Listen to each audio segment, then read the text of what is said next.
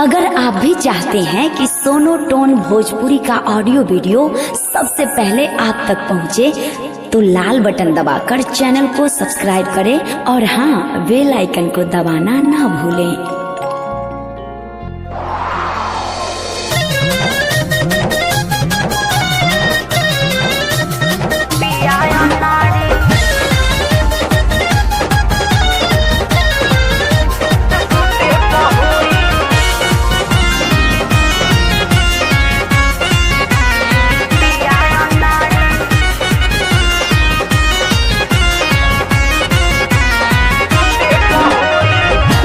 शादी भैलो पेनहब न साड़ी, काहे न बात बुझ पिया नाड़ी। ए जी सुनी ना, नया बा शादी भैलो पेनहब न साड़ी, काहे न बात बुझ पिया नाड़ी। रात काटलो नया लगे सोई, छोड़ा झमेला करी जा। काहे खातिर जी? छोड़ा झमेला कर जा, सुहाग रात सूटे पहोरी। छोड़ा झमेला करे जा, सुहाग रात सूटे पहोरी। बिल्कुल ना होए बुझने।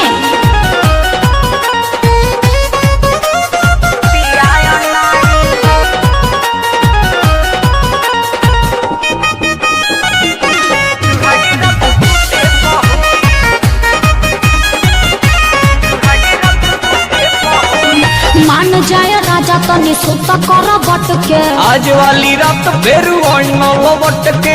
उ सब हम नहीं जानत बुझने।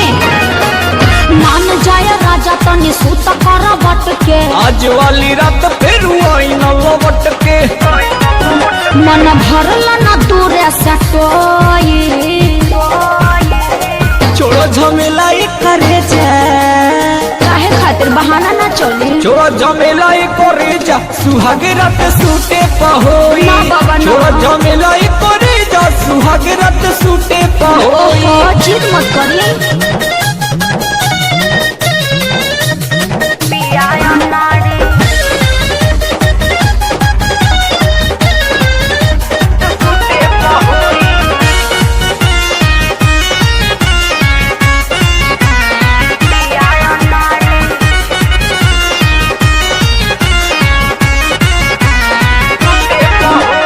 लाल लिपस्टिक ला साड़ी देला कजरा, अभी तो बचल बाटे माथे वाला गजरा।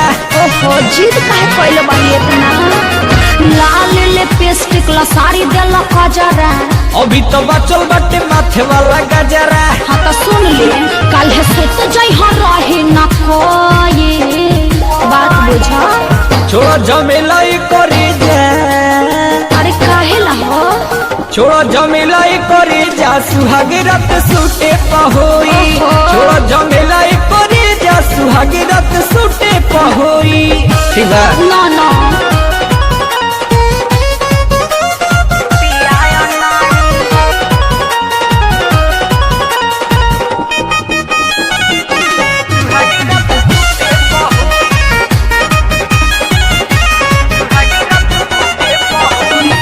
काहेला पंग पहले बारो पिया सुमित, बातें न मनबू तो कैसे गई भूगी। अरे वो हम न समझा।